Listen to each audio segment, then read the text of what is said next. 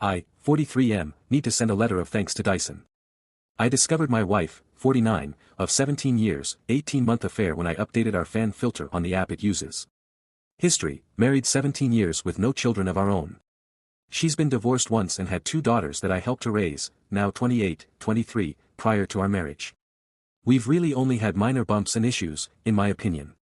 We've had an open-door type of communication with each other. Whether it be work issues and venting, or sexual issues, or just how we are feeling. Often we will just talk on the couch about life and philosophy in general. I felt that we had a great connection and a pretty heavy, fulfilling sex life. We are both in good shape and maintain a healthy lifestyle. I work in the medical field and due to things being what they are, have been putting in a decent amount of overtime over the past 5 months. She works in a legal consultancy and has been working from home for the past 5 months. Which has made things a bit distant, but on our days off we are tight. Changed the filter on the Dyson fan in our bedroom last night. Asked wife if I could use her phone to update the app, in order to reset the change filter alert. Mine was on the charger next to the front door. I noticed she had put on a pattern unlock and kinda wanted to ask her what that was about. As I was looking for the app on her phone, a notification for Snapchat popped up. My stomach dropped immediately as I read the small tag. I'll bring the special toy. It said. My brain understood the words but my mind just stopped functioning. She asked what was the matter, after I guessed several minutes of me just sitting and staring at the bedroom fan. My wife has an obligatory quarterly out-of-town meeting that puts her 2 states away for 5 days every business quarter. I knew it was about this coming trip on Monday. I've perused Reddit for years anonymously. I've read hundreds of stories that began like this and never once have I thought about it being me, that would sit on my bedroom floor and be in such a cold, dumbfounded state. I recovered and said, oh, just getting info about the IP and router. That's how the fan communicates through the app. I have a Chromebook that she logged into Facebook yesterday. I took a week's vacation on short notice. My supervisor is a cool chick and once I laid out what I may have discovered and had to do. I'm going to need time off. I've been up all night reading her chats. She left to go to the office just now and I made sure the Google location history was on and found my phone was active. I'm so suspicious of everything she does now I can't look at myself in the mirror. She doesn't know I saw the message notification. I logged onto the messaging system that Verizon uses and have signed in under her number and name. There are at least 15K that date back to February of last year, messages, memes, flirty pics and some X-rated ones too. She stopped texting him this way about 3 months ago. Didn't stop texting him, but stopped using the message app through Verizon. I'm guessing they switched to Snapchat because it's discreet. I'm not on any social media in any way, shape or form. I am clueless. I just figured out that you can't log into Snapchat through Facebook. But, it just takes an email and password. And she has used this Chromebook to do that. Hell, she used it just 3 nights ago lying in bed next to me rubbing my back while I went to sleep. She messaged him and sexted him lying next to me. It's a young man from work. He is married and has 3 young children. He and his wife have Facebook. I've met him twice. Shook his hand. I'm at a complete loss again and have wandered my house, that I custom built for her, for hours. I almost can't feel anything. What little that I am processing is just white-hot rage. I logged on Snapchat and there it all was. I have called my best friend who has been divorced 3 times, don't get me started on his partner picker, he recommended a vicious lawyer. I plan on recording and saving everything. There's pics of them. I'm sure her phone or his has video. I desperately want this to be a bad dream. She said terrible things about me. She's told him my insecurities. She told him, I love you. They have made no long-term plans so this feels like a purely sexual relationship. It almost makes it better, but also makes it so much worse. Like she's literally throwing away our life for this. She knows cheating is an absolute deal breaker for me. Our usual routine on the day she leaves for her meetings is I take her to the airport and drop her off with a long goodbye. I can't even think about what I have to do now. My friend says print out the entire thing and see if I can recover things from Snapchat. From what I understand I can't, unless I have her phone. My plan is to see the lawyer today. I'm paying a ridiculous amount to jump in her appointment line. Get the ball rolling and hopefully have a plan of action from her. I really want to book a flight and follow my wife to the hotel she's staying at and catch her in the act. I have access to her hotel booking options and have put myself as a contact person, so I can get a room key without alerting her. I think I'm just going to log onto the messaging apps when I get into town and watch it happen in real time. If I could get the papers ready in time I'd hand them to her, instead I'm just going to hand her the printouts. It's a 600-page PDF. His wife accepted my friend request. I am debating sending everything now. I am seething. I just don't want to lose any advantage. I'm going to fly there Monday afternoon, log in and see what they've talked about, get a room key to my wife's room and drop off the package in her room with my wedding ring. I'm going to sit in the bar and watch my phone and tell him to meet me in the lobby bar and to bring my wife down. Then tell him that a similar package has been sent certified mail to his home address to his wife. As well as a Facebook message that I plan on hitting send on as I tell him. It feels petty and weak, I want to rage and scream, but I'm helpless. This morning all I could do was give her a peck on the cheek goodbye, I really can't stand to look her in the eye. I somehow have to get through the weekend. I guess I'm asking, is my spiteful, hate-fueled plan worth it? I just want to inflict pain at this point. I want to hurt her emotionally. I feel eviscerated, emasculated. I will not entertain an apology. This is the one act that is unforgivable. It takes so many steps to cheat on someone. They all can be stopped until the sin is complete. Then it is done. Should I just confront her tonight? Or catch her? I don't think I'll update. I'm truly thinking about never using social media again. And only being with a partner that has a similar outlook moving forward. ETA, I found the special toy. Keep in mind we have a chest full of adult fun devices. It was already in her carry-on, it's one of those remote control vibrators. The ones that can be controlled by an app. It looks expensive. I met with the lawyer in 90 minutes.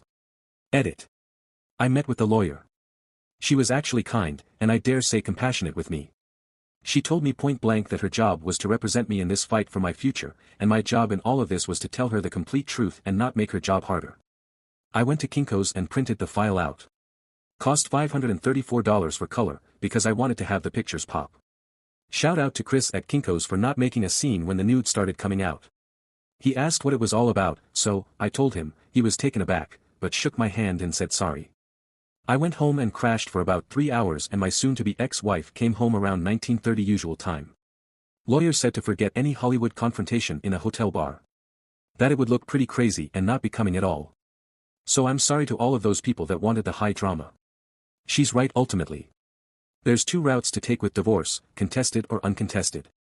She said I would have to notify my soon-to-be ex-wife that I have retained counsel and in order to proceed my soon-to-be ex-wife would have to either contest the divorce or we would go through mediation and file from there. So, she got home about 2 hours ago. I asked her if there was anything going on that she wanted to talk about. She said nothing other than the election. She then asked what was bothering me. I wanted to cry, but truthfully, I cried out. I said I was curious as to why she had a remote control vibrator in her luggage. The look on her face was actually more telling than anything I've ever seen. She looked panicked and pale. She began to breathe faster. I asked why she would have something like that. Who had the code and the app to it? She stammered and the tears began. As I pulled out my 3 file folders worth of text exchanges I asked if the AP's wife would have it. She cried and pleaded that she could explain. I said she had 5 minutes to do it. Of course she couldn't. I told her what my attorney told me to tell her. I also told her to leave. She screamed it was her house too. I calmly told her that maybe, but I would be notifying everyone about her affair and betrayal. That even the girls will know. Or, she can leave now and find living arrangements for the time being. Hell, she'll be at her work conference for a week. She was speechless. I calmly pulled up Facebook and showed her the AP's wife. I said, do you want me to tell her or are you going to do it right now? Tears and moaning and pleading with, I love you, and, it wasn't supposed to go this far. Then my favorite, you can't do this. I said well it looks like I'm doing it, as I sent the AP's wife a message with the file of their escapades on it. I prefaced it with apologies and a brief explanation. I haven't heard back from her. I leafed through the stacks of paper and started reading random excerpts out loud to my soon-to-be ex-wife. I just wish we could spend the day attached to each other. Just you inside of me. You feel so much more intense than any other woman I've ever been with. She is still sobbing and asking to talk about us. She says our marriage can withstand her mistake. I told her I would never forgive her, her word is shit, and that she threw away the last 17 years. I'm still entertaining the whole HR thing and I am going to tell everyone about her decision to end our marriage by cheating. I have a therapy appointment scheduled Tuesday. I kinda feel extremely elated, I'm shaking, and incredibly low right now, I kinda want to die. The house is pretty quiet except for her crying and moaning. I told her to not come back after her trip. I'm currently sending friend requests and trying to get everyone on my page, I'm just going to send it to everyone that way. I am going to wait until the morning to call the girls. I raised them from when they were 11 and 6. They are women now 28 and 23. I don't know what to tell them, or how to handle them. Update 1. To those that kept saying, that's not how Snapchat works, yes, you are correct, she had that running in the background, it was WhatsApp. I don't really give a shit, I saw it. I again need to thank Dyson for their app and the kick-ass fan I got from my brother-in-law for Christmas. I'm going to give a deeper background on our situation to help with some perspective on why I feel the way I do. My original post was pretty much a stream of consciousness and felt as disjointed as I did then. I went to college in Las Vegas in the mid-90s. I graduated in 1999. I had a blast there. I got around, it was during this formative time I decided to never marry. That essentially removes your agency, and I definitely did not want children. When I graduated with my degree in nursing, I quickly excelled in cardiovascular intensive care. I moved home to Texas in 2001 and pursued my master's degree to be an advanced practice RN/nurse practitioner with a specialization in CV surgery. While I was achieving this, I decided to pursue medical school and shifted coursework to fill in what I needed to apply. It was then that I met my soon-to-be ex-wife. She was a short chubby, I believe the kids today would say thick, red-headed firecracker. We met in code. It was intense, both the attraction and the dating. We were saying I love you within 3 months. She was a mother of 2, remember, I wanted to be child-free, that had been divorced for about 2 years. She was just getting out of an on-again off-again relationship when we met. We dated for about 2 years and she slowly introduced her daughters to me, 11, 6. She sat me down one night and gave me a pretty heartfelt but pragmatic talk about us or where we were at the time, and what she needed/expected from me, or any other partner. Essentially she said it was time to either get married or move on. I was still pretty anti-marriage and she respected that. She was telling me this to give me a chance to think about us and what the future looked like. She had a pretty good point in that we were living together, 8 months, and even had each other as persons to notify in an emergency. She joked that all that was missing was having each other on our insurance. It was a good honest talk and we agreed that we would continue on for a bit more, but I would ultimately have to make the decision. 2 weeks later, I had an acceptance letter to a medical school about 2 hours away. I was ecstatic and crushed at the same time. I had just had my 26th birthday and was about to accomplish a huge life goal. Then I realized I'd never see her or the girls. My self-doubt got the better of me. Being a medical student, then resident, with a fellowship was going to be a roughly 7-year process, all the while, I could not make the money or support the lifestyle we had grown accustomed to.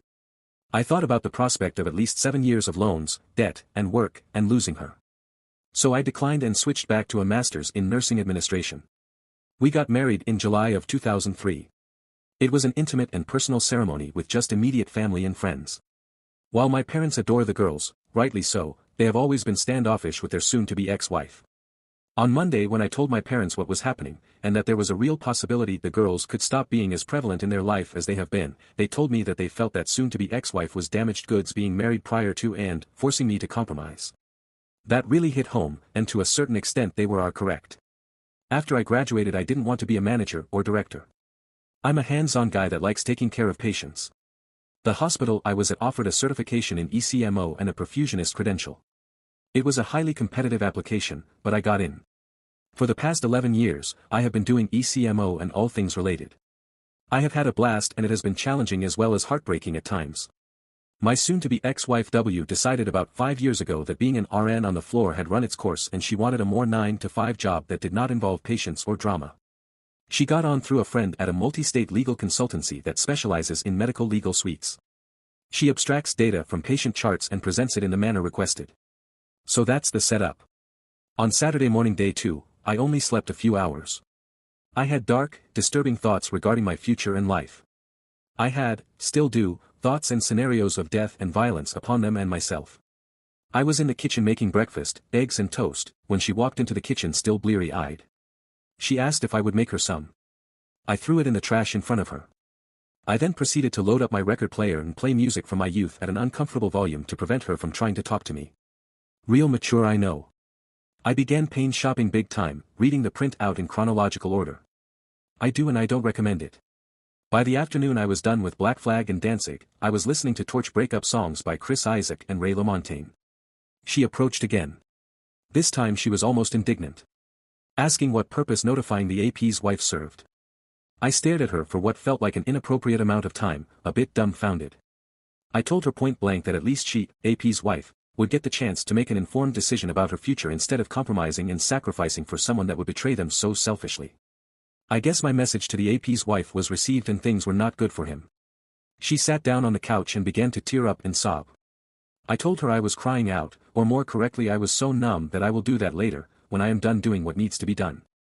She asked timidly, all indignation bravado gone from her voice, what else I had to do.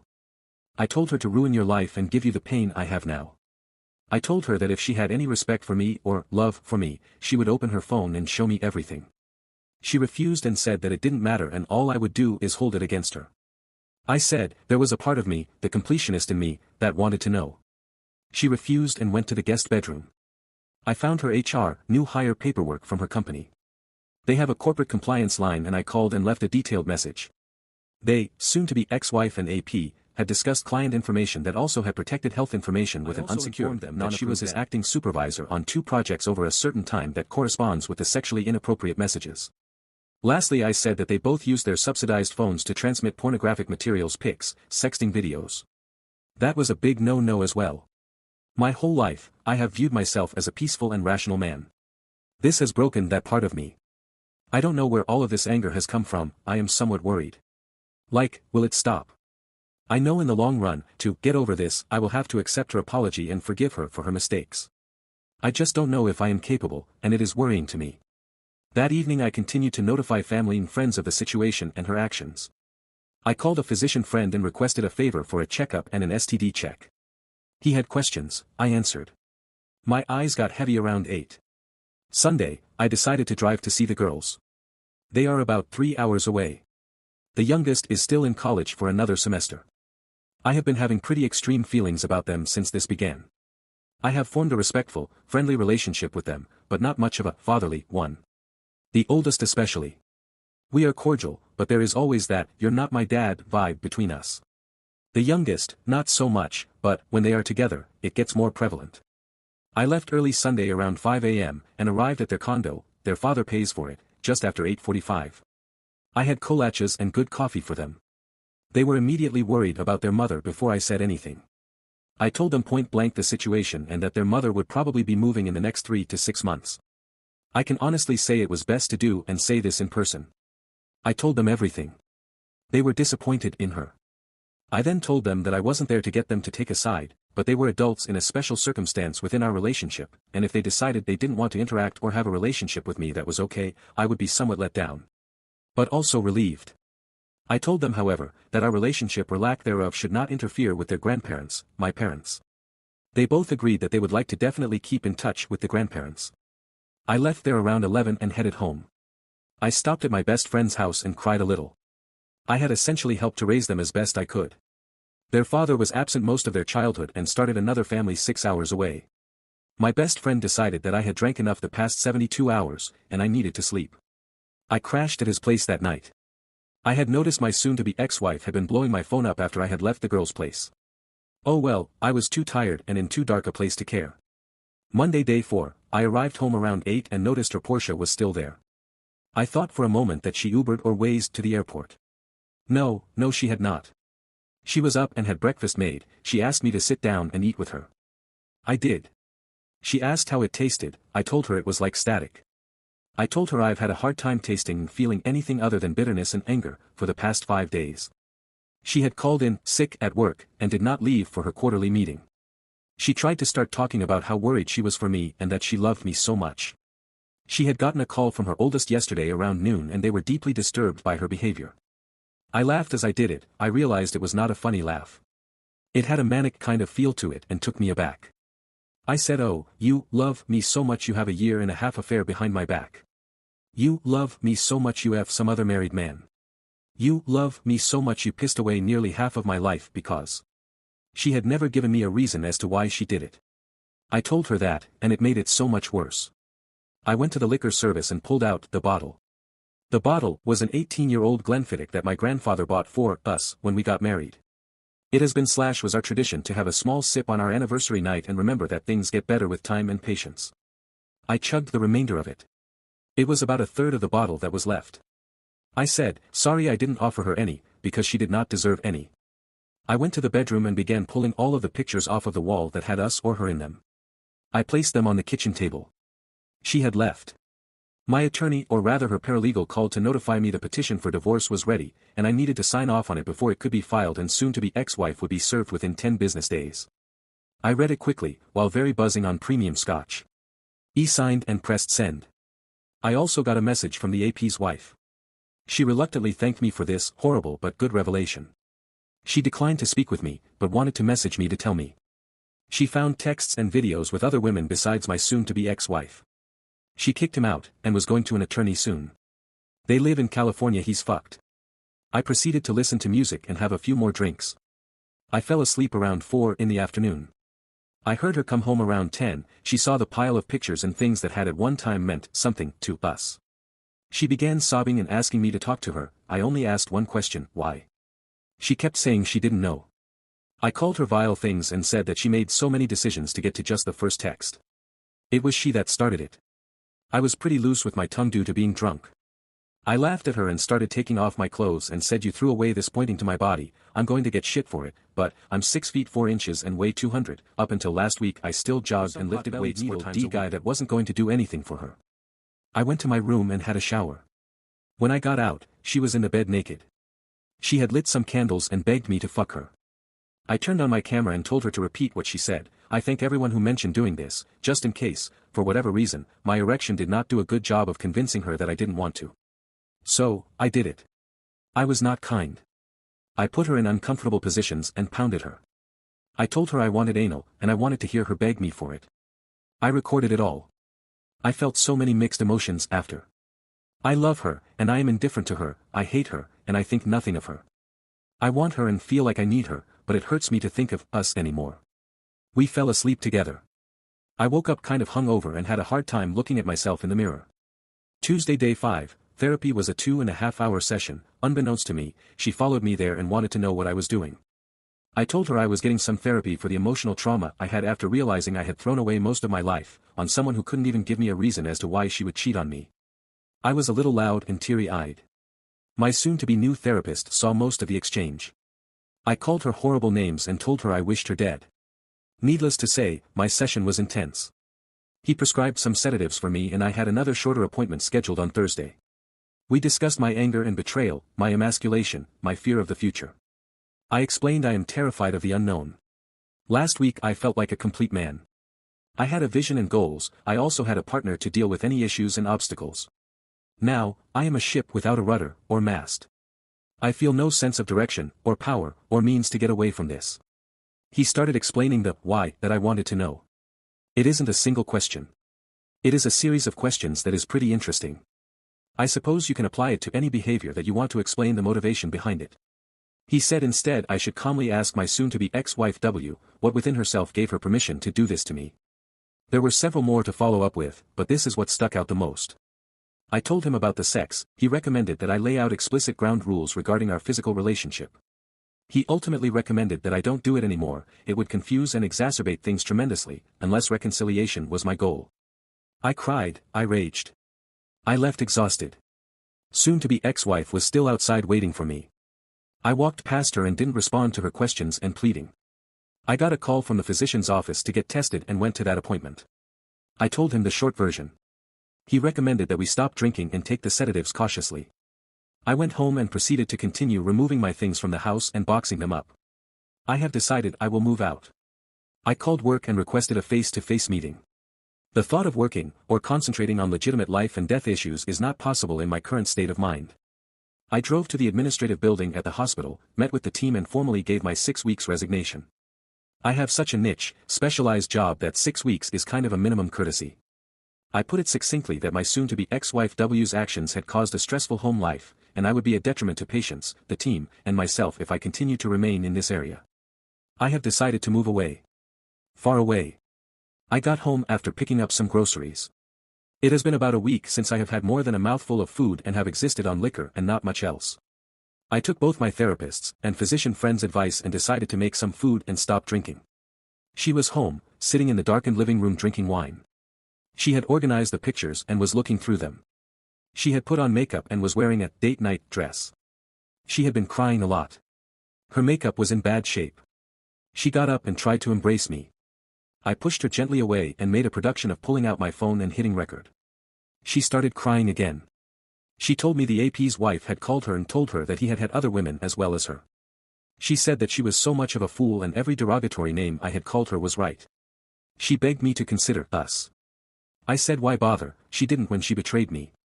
I told her I was sorry that her lies caught her out, but I felt that she was sorry she got caught, not remorseful for what she did to me. I told her I felt she was sorry that she was going to have to start over and that she was more upset about that than losing any love she had for me. I said that she abandoned her love for me or us 2 years ago when she decided to do this. I kept piling it on her. I informed her of my call to the corporate compliance line and the specific rules she broke. I didn't raise my voice or act angry. I was shaking a bit, but it was like everything was leaving me in a rush. I felt elated and so low at the same time. I felt empty when I was done. I put up the few groceries I had bought and made a small sandwich, then went to bed. She was there again.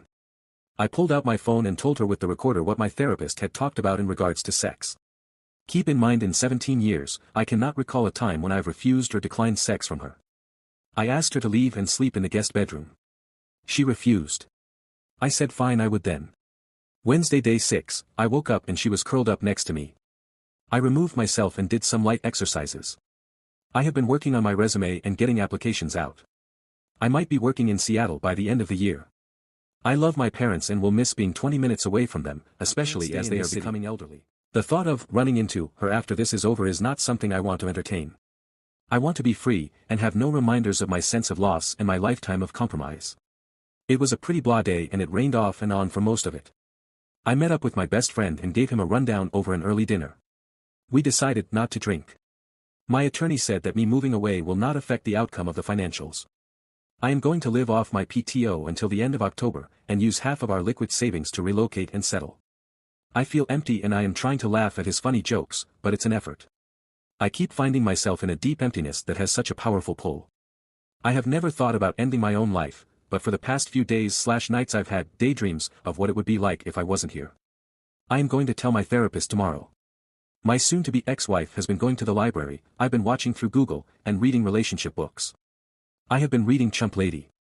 It is great stuff. She got a call from her work. I eavesdropped on a small portion of it, but I know she has a meeting tomorrow, despite her claiming to be sick. She was in bed again just like the past few nights. I am so conflicted, I just want to feel something, but I feel so little but hate and resentment for her, that the only sex I want is sadistic.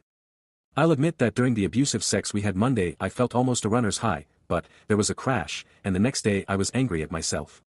I am doubting myself a small amount in regards to not wanting her back. I know she fucked up huge, but I don't know if I can forget it, or forgive it. I am a tangled mess. I told her the ground rules, with my phone recording, in regard to sex. I told her that it did not indicate reconciliation, or some covert signal that I wanted that. I told her this is probably hysterical bonding and not healthy. I told her that I was going to not be gentle nor care about her feelings or needs during it. She was teary-eyed, and nodded understanding. She quietly said that she deserved it. She then rolled over and got on all fours. Thursday day 7, I woke up with her spooning me. I laid there for a while and heard her breathing change pattern. I could feel her looking at me. I asked with my back turned what her meeting was going to be about. She said it was an HR representative and it was probably going to be bad. I said yep. She asked what she could do to make us right or equal again. I said nothing. She offered an open marriage on my end, she would not pursue anyone but I could. I chuckled, no. I don't trust her. She said that was fair. We had this conversation with my back to her, it was easier than looking at her. I get mad when I see her face. I asked what I did in this marriage that made her so unhappy she did this. She said I was beyond great. I chuckled again, well obviously that doesn't matter. She said it was an adventure, like she lived off of the rush, she didn't realize until it was way too late that if she got caught or if something went wrong everyone would be hurt, she said it was a huge relief and an unforgettable pain when I confronted her. I got up and made us breakfast. I went to my therapist and told him my plan with work and already had responses to my applications. I told him everything about soon-to-be ex-wife and the sex. We discussed my suicidal thoughts and talked about the process involved with them. Again, he wasn't judging, he just wanted me to not get confused, or if I did not understand to stop and process. It was only a 1 hour, 55-minute session and I felt that weird calm again. Like nothing matters for now. Everything just is. When I got home she was sitting in the living room. She told me that she was fired for breach of protocol with client information and violation of the data security protocols. I said, well, that's too bad. I exercised and made a nice dinner, and she joined me. We didn't say much. While we were sitting in the living room, she told me that AP had been fired as well. I said good. She told me she has had no contact with him in 5 days. I asked why not. They were both free now. She could fly out to her soul mate and have all the fun they wanted now. She said I was the only one she wanted. I said no, you had me, all of me, and it still wasn't enough. I told her that in the nearly 20 years of work and our relationship, I had been approached and hit on too many times to count. I managed to not fall in love or fuck anyone else. Now, I am so bitter and angry because of the compromises I made. She asked what compromises were needed. I told her. I wanted to go to medical school, but decided to get married and be stable. I did not want children, but because they were a part of her, I accepted them and compromised. I said I made those compromises for our love. But, obviously, I had misplaced my trust and love in her. I told her that if I could go back in time, I would tell the 26-year-old me to pass her up. She asked again what she could do to bring us back together. I told her that I will not ever compromise for her again, and that means we really can't have a healthy relationship. I told her I would never love her again, and that at best, I would treat her like a sex toy. Otherwise, she wouldn't factor into my plans or thoughts. I told her it was just a week ago, she was the first person I thought of when I woke up, and the last person I thought about when I went to sleep. Now it hurts too much to think about her. I am going to walk away from this. I feel like it is starting to constantly remind me of things. I cannot thank those kind people I could chat with and who shared their pain and stories that have helped me. This has been, on a whole, a good thing for me to do, but I keep replaying things and feelings I'd rather just walk away from. I remain confused about 100% about anything with her ever again. I have bi-weekly appointments for the next 4 weeks with my therapist. Update 2. Well, it's been an interesting 5 weeks. I've discovered more. I moved out about 3 days after my last update. Soon-to-be ex-wife constantly texts and leaves notes on my apartment door and car. I told my lawyer, who offered to write her a stern cease and desist letter. I'm contemplating it. My therapist has complimented me on my progress and is confident I can manage the anger, despair, and depression I initially felt. I agree. My soon-to-be ex-wife and I had sex one last time the night before I moved out. I told her again in no uncertain terms it meant nothing and would not make me change my mind about reconciliation. She says she understood, but, with the constant attempts to communicate, I'm not convinced. She was served notice of the filing for divorce petition the first week of October. The love bombing and attempted hoovering has been borderline psychotic. The earliest hearing is maybe January. If she stays true to her word, it will be quick. If she wants to fight, fine. She got another job about a week after she was fired. It goes to show you it's who you know. Anyway, I'm good. I've acknowledged her shortcomings as a person and as a spouse. I told her I'd never forgive her. I merely accept what happened and live my life from there. I had 2 unexpected surprises over the last 3 weeks. My stepdaughters came to visit me. I told them point blank that if their mother put them up that they didn't need to do it. My oldest insisted. It turns out they had had a lengthy discussion with their mother regarding this sordid affair, and our relationship came up for discussion. My oldest stepdaughter had always carried a huge chip on her shoulder when it came to me. Well, she apologized for that. It turns out that her assumptions about me were incorrect. When I was introduced to them by my soon-to-be ex-wife and I had been dating for about 4 months, there was definitely overlap with the on-off guy, and before we dated my soon-to-be ex-wife had been in an on-off relationship with a man my stepdaughters hadn't met. My soon-to-be ex-wife's first husband had cheated on her, and she tried to reconcile. They did for about a year, then she decided to have a revenge affair. On again off again guy. Well, my stepdaughters thought I was that guy. Their father spent most of their lives shit-talking their mother for cheating, but also never disclosed that he had cheated as well to them. So long story short, my oldest stepdaughter apologized, asked for forgiveness due to all the issues she caused. That was a fucked up weekend. Again showing the effects of infidelity and dishonesty. I wish to address the accusatory statements about the sex my soon-to-be ex-wife has requested while I was making preparations to leave. My soon-to-be ex-wife has always been into BDSM. I was not all that into it. The whole point of it was that I did not provide aftercare for her. Hell, I took classes and attended workshops on being a dom. I did it to make her happy. I am done making her happy. She lost that privilege. She lost my respect as well, something that is pretty much the death of a marriage. Surprise 2 was a long-time co-worker. She works in another department. I've decided to stay as a PRN worker, as needed part-time. Well, needless to say it's been interesting. She found out about my pending divorce and all the gossip in the hospital. I've taken to wearing my wedding ring on a chain now. I told her after she insisted she take me out for a drink that one way or another I wouldn't be around for a lot longer and had zero interest in any type of relationship. She just smiled and squeezed my hand, then told me that she had no intention to be with me forever, she just wanted to F my brains out and try me on. She's been spending the night a couple times a week and it is something I've enjoyed. She even helped me pack my carry-on and dropped me off/pick me up at the airport for my interview in Seattle. I crushed that interview. I got a call from a travel agency that also had numerous opportunities for me. I kind of liked the option of the travel gig and just crashing at my parents' between contracts. I'm not certain of what I want to do. It's oddly terrifying to not be responsible for another person and be this liberated basically instantly. My lawyer said that there is no alimony or spousal support. She also said that it's a no-fault state, so infidelity doesn't affect the actual divorce. However, infidelity with proof does affect the division of assets. She said it might even swing up to 70-30 in my favor. The sale of the house is inevitable. I asked a realtor to run comps and it will be a substantial amount. Not enough to justify 17 years down the drain, but I'm contemplating a 3-month European tour. I'm feeling again and it's been fairly positive. I'm not in the best of places, but definitely not as bad as I could be. When does the timer reset on your own relationship clock to begin again after a traumatic ending of a lifelong commitment? I've read lots of articles and relationship blogs and the time span is incredibly variable, from 6 months to 6 years. I know fundamentally, I'm not the damaged one. Damage was done to me. I have engaged briefly in therapy to mitigate the initial trauma, and I feel it was essential in my rapid return to normal. I've engaged in a drawn-out divorce my soon-to-be ex-wife promised she wouldn't provide. I'm doing phenomenally well. To get to the point, I met a Redditor and she had some similar issues within her marriage. We've hit it off and have begun the process of building a LTR. We are going on 5+ months. One thing this entire fiasco has enlightened me to, is that life is too short to wait. If there is someone that is good, and good for you, engage in them. Give them your all, give them your best.